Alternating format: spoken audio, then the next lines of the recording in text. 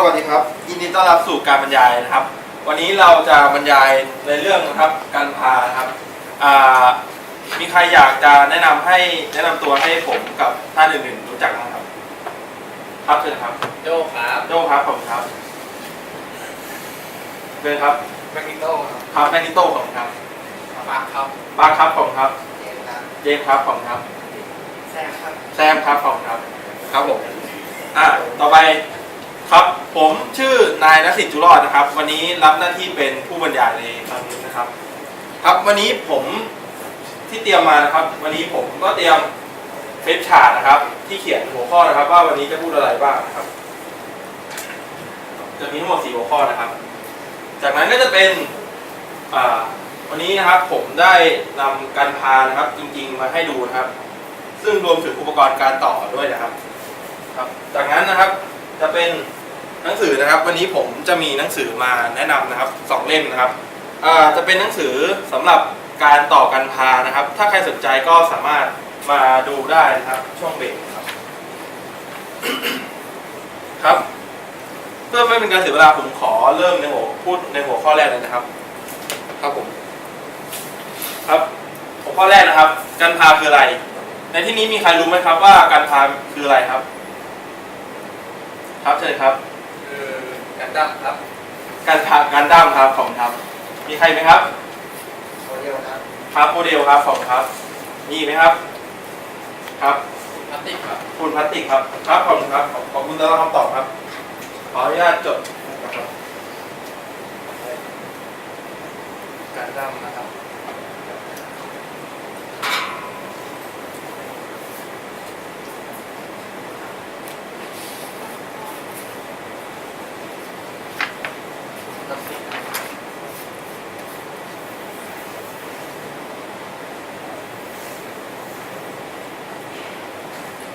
โมเดลครับ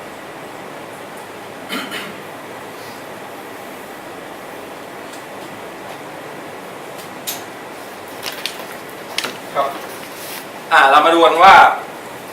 จริงๆแล้วการพาคืออะไรนะครับครับการพาก็คือหุ่นจำลองพลาสติกนะครับจากหุ่นยนต์นะครับในซีรีส์แอนิเมชันกันดั้มของประเทศญี่ปุ่นนะครับ ครับซึ่งตัวกันพาเนี่ยจะถูกผลิตโดยบริษัทบันไดนะครับของประเทศญี่ปุ่นนะครับเพียงผู้เดียวนะครับโดยกันพาเนี่ยจะถูกผลิตมาหลายๆไซส์หลายๆขนาดครับซึ่งแต่ละไซส์แต่ละขนาดก็จะมีชื่อเรียกต่างๆนะครับครับเราก็จะไปดูกันว่าแต่ละไซส์เนี่ยมัน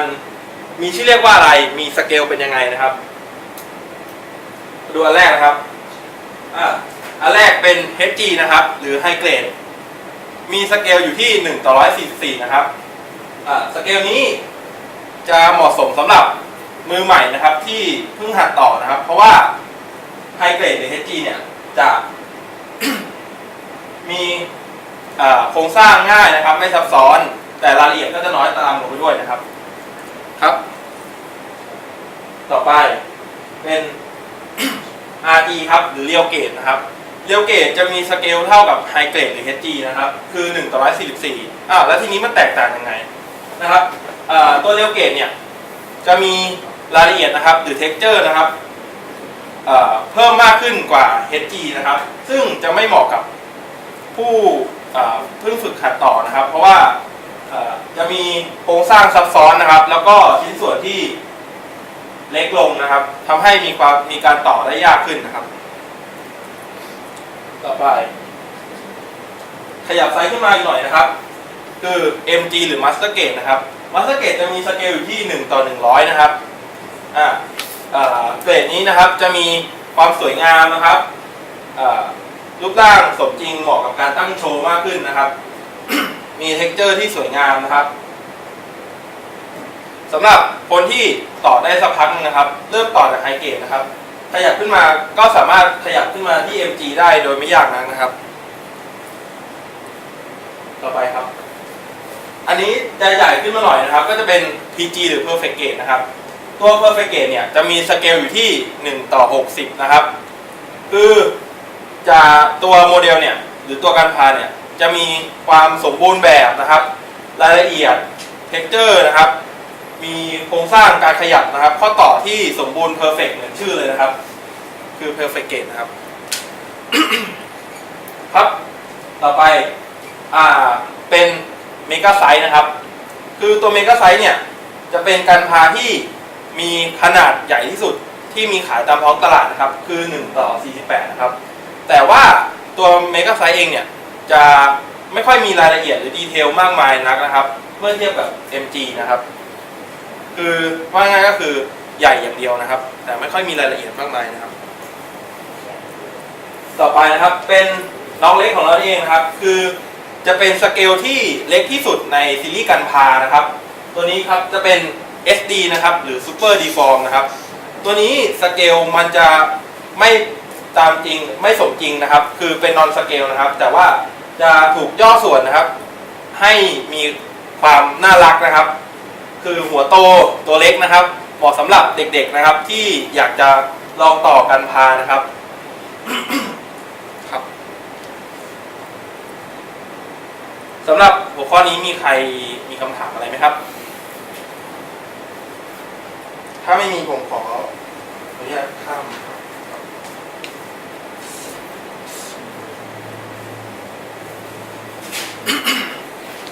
ครับมาหัวข้อถัดไปหัวข้อที่2นะครับเราจะมาดูกันว่าในกล่องของกันพาเนี่ยเมื่อเราซื้อมาแล้วเนี่ยมันมีอะไรบ้างนะครับมีอะไรมาให้เราบ้างนะครับเพื่อให้ประกอบนะครับ ครับวันนี้ผมก็จะมาแกะกล่องกันให้เห็นเลยนะครับว่าในกล่องเนี่ยมันมีอะไรบ้างนะครับคือที่มือผมถืออยู่เนี่ยครับคือแพ็กเกจที่ซื้อมานะครับซื้อมาก็จะเป็นกล่องแบบนี้นะครับในมือผมคือ HG หรือ High Grade นะครับ1:144นะครับเมื่อแกะกล่องมานะครับ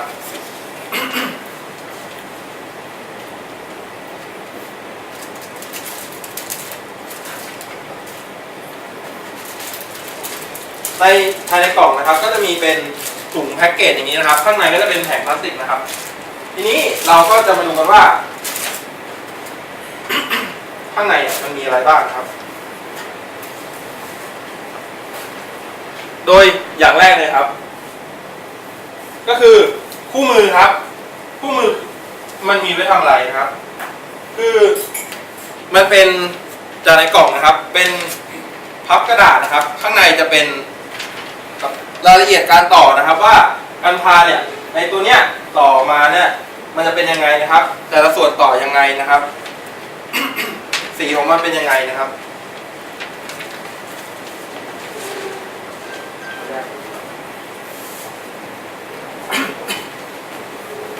ครับจากคู่มือนะครับต่อไปก็จะเป็นเป็นพลาสติกผาดนะครับพลาสติกผาดคืออะไรพลาสติกผาดคือ แผงของชิ้นส่วนนะครับที่เป็นชิ้นส่วนพลาสติกนะครับที่เราจะตัดเอามาประกอบเป็นตัวโมเดลหรือตัวกันพาของเราเนี่ยครับ ก็จะมีลักษณะแข็งครับไม่ยืดหยุ่นครับ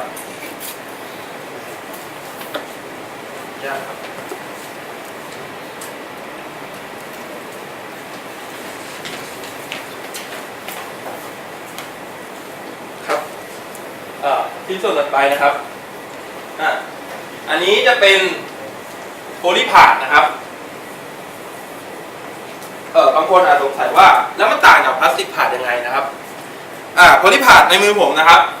สิ่งที่เห็นได้ชัดเจนเลยก็คือมันสามารถงอยืดหยุ่นได้นะครับคือพลาสติกพาดโพลีพาดเนี่ยมันถูกสร้างมาเพื่อเป็นข้อต่อข้อขยับหรือข้องอของตัวโมเดลนะครับทำให้โมเดลเนี่ยสามารถจัดท่าจัดทางได้นะครับมีแอคชั่นต่างๆนะครับ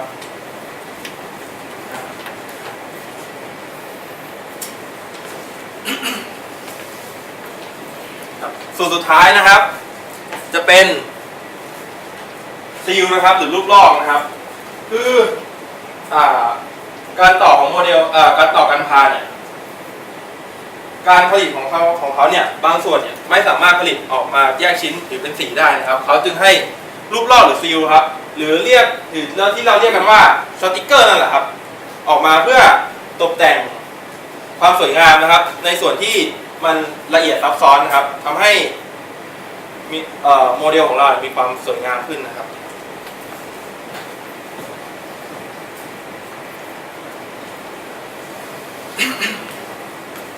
ครับทั้งหมดนี้ก็คือสิ่งที่เราได้จากใน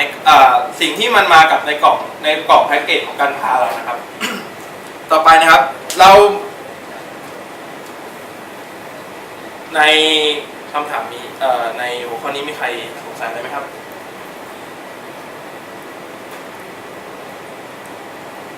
ถ้าไม่มีผมขอผ่าน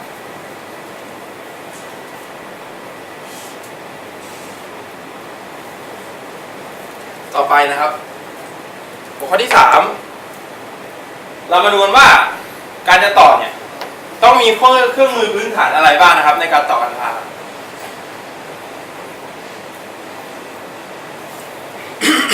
อย่างแรกนะครับก็คือครีมตัดพลาสติกหรือพลาสติกนิปเปิลนะครับเป็นส่วนที่เป็นอุปกรณ์ที่ใช้ตัดชิ้นงานออกจากแผงนะครับ เพื่อนำมาประกอบนะครับโดยครีมตัดพลาสติกเนี่ยก็จะมีรูปร่างลักษณะต่างๆกันไปตามบริษัทนะครับตามยี่ห้อนะครับผมอันที่2นะครับอาร์ตไนท์ครับหรือมีดปากกาเนี่ยมันเอาไว้ทำอะไรนะครับมีดปากกาเนี่ยมันเอาไว้ตัดชิ้นส่วนนะครับที่เราไม่ต้องการออกจากชิ้นงานนะครับพวกเกรดนะครับพวกชิ้นส่วนที่ยื่นออกมาความผิดพลาดในการผลิตนะครับพวกรอยต่อครับก็จะตัดออกให้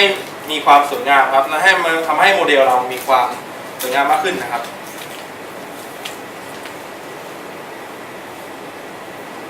ต่อไปกระดาษทรายนะครับกระดาษทรายมันเอาไปใช้ทำอะไรในโมเดลของเรานะครับการต่อนะครับกระดาษทรายนะครับ มันเอาไว้ลบรอยขรุขระนะครับให้เรียบขึ้นนะครับเพื่อให้โมเดลของเราเนี่ยมีความสมูทนะครับดูสวยงามนะครับผมโดยกระดาษทรายที่ใช้เนี่ยก็จะมีหลายๆเบอร์นะครับสำหรับกระดาษทรายที่ใช้ในการลบรอยนะครับของการพาก็คือเบอร์ 1000 นะครับมันเป็นกระดาษทรายที่ละเอียดนะครับจะทำให้ใช้กับตัวอุปกรณ์ของเราเนี่ยทำให้มีความสวยงามมากขึ้นนะครับ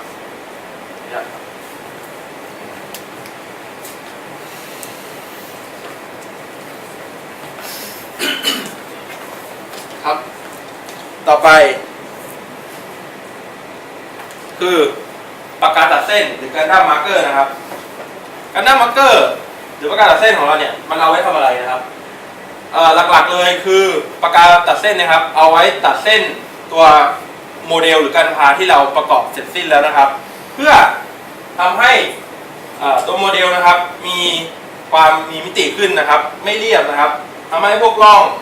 พวกลายนะครับของการพาเด่นชัดออกมาเด่นชัดขึ้นนะครับนี่คือรูปก่อนและหลังการตัดเส้นนะครับจากรูปทางซ้ายนะครับคือรูปชิ้นส่วนที่ยังไม่ได้ตัดเส้นนะครับจะเห็นว่าพวกร่องหรือลายนะครับจะไม่ค่อยเด่นชัดเท่าไหร่นะครับถัดมาหลังจากตัดเส้นแล้วครับจากรูปทางขวาเราก็จะเห็นว่าเมื่อทำการตัดเส้นแล้วร่องลายหรือรายละเอียดต่างๆของตัวโมเดลนะครับมีความชัดเจนขึ้นนะครับทำให้มีความสวยงามขึ้นนะครับ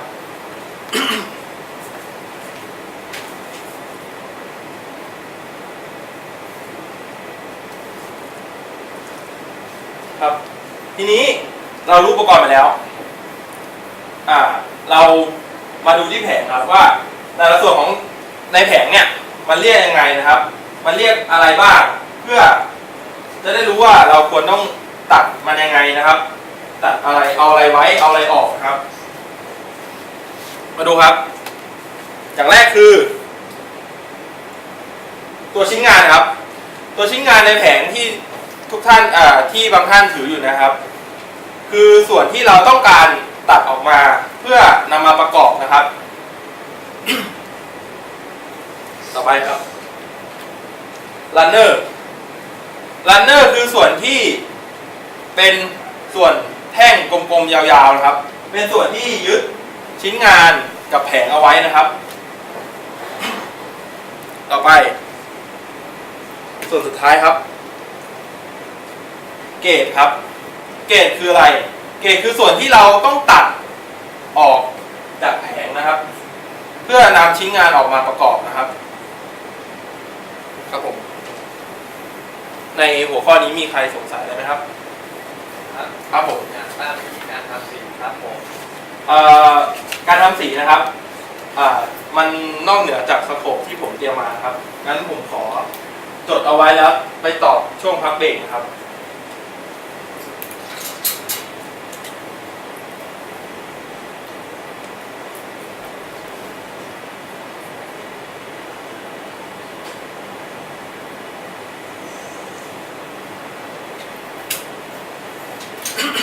มีใครจะถามอะไรไหมครับถ้าไม่มีแล้วผมขอข้ามหัวข้อนี้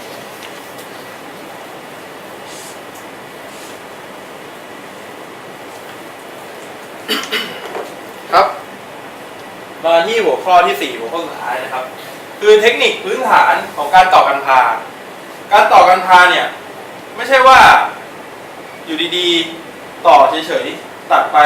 เอามาต่อก็จะสวยงามนะครับคือเราควรมีเทคนิคพื้นฐานนะครับเพื่อให้งานของเราเนี่ยออกมาแล้วมีความสวยงามนะครับมาดูกันครับเทคนิคที่1นะครับเขาบอกว่าการตัด2ครั้งคือพื้นฐานครับมันยังไงมันคืออะไรนะครับไปดูกัน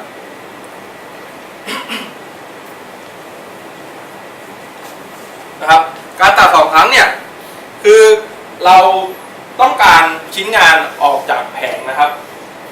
การตัด2ครั้งก็คือการตัดงานอย่างน้อย2ครั้งนะครับคือเราจะตัดเกรดออกมานะครับคือการตัดงานเนี่ยให้เราตัดเลยออกมานะครับจากรูปนะครับจากรูปทางขวาให้เราตัดเลยออกมาจากตัวชิ้นงานนิดหน่อยนะครับเพื่อทำให้ชิ้นงานของเราเนี่ยลดความเสียหายนะครับหรือว่าบางชิ้นเนี่ยอาจจะตัดออกมาได้ยากนะครับครีมอาจจะเข้าไปไม่ถึงครับก็ลดความเสียหายตัวชิ้นงานนะครับพอตัดออกมาแล้วนะครับก็จะเห็นว่าตัวชิ้นงานของเราเนี่ยจะมีส่วนที่ยื่นนะครับส่วนที่เราไม่ต้องการนะครับออกมานะครับจากนั้นเราก็ใช้ครีมตัดอีก1ครั้งนะครับเป็นครั้งที่2หรือว่ามีดปากกาก็ได้ครับที่ผมแนะนำไปตอนแรกใช้ตัดออกมาเพื่อนำชิ้นส่วนมาประกอบนะครับทำให้ชิ้นส่วนเนี่ยมีความเรียบเนียนนะครับไม่เป็นรอยไม่มีร่องนะครับทำให้โมเดลของเรามีความสวยงามต่อไปเทคนิคการใส่โพลีพาสครับ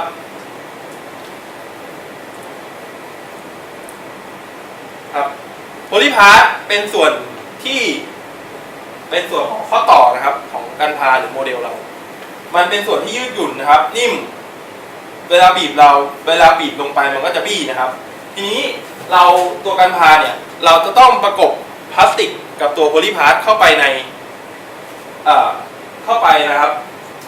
บางครั้งเนี่ยอาจจะเจอปัญหาว่าทำไมยัดไม่เข้านะครับยัดไปแล้วโพลีพาสมันบี้นะครับทำให้โมเดลของเราไม่สวยหลวมนะครับหรือแน่น